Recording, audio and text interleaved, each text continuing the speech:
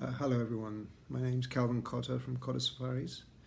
I'm here to talk a little bit about the effect of COVID-19 pandemic on our operations and our conservation.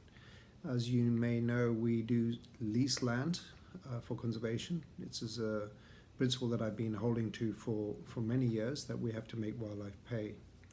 And with the drop of tourism, of course, Cottars Wildlife Trust, our entity that's leasing the land, is financially stressed. So we are putting out an appeal for help on this. So even if you're not coming on safari for a while, please consider that a contribution towards Cottars Wildlife Trust and its obligations. But on a bigger picture, I'd like to explain a little bit about what the real threat here is. If the landowners don't get enough revenue from wildlife, then they have no choice but to convert the land to other food production sources or resources. So that means fencing and farming, and definitely no future for wildlife in those areas. When you consider 70% of Kenya's wildlife is outside of parks and reserves, that means, we lose that 70% potentially.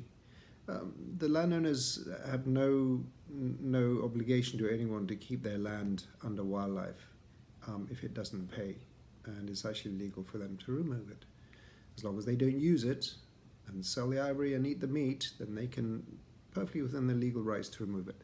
So I appeal to you to basically look at how you yourself think about conservation, and how, if you're in a tourism operation, that how your operation is operating. I would strongly recommend that every tourism entity, agency and DMC should consider linking their their company name to a place in Africa that is going to get their full support come what may.